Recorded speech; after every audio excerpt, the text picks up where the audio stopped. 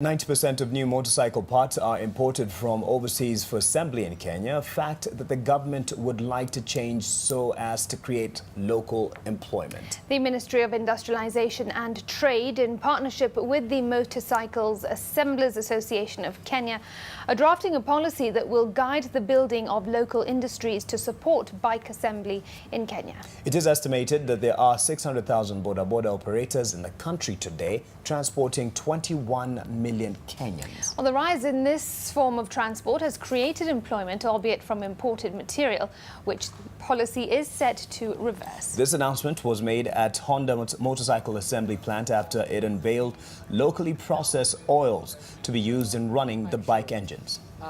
This genuine oil is reducing the cost of the all Bodaboda in Kenya.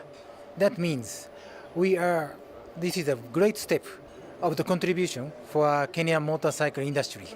In this policy, for example, we are going to clearly indicate who is an assembler, what is an assembly plant, because currently all 21 dealers are categorized as motorcycle assemblers without the actual definition of who an assembly plant is. So a motorcycle, for example, has close to about 300 parts.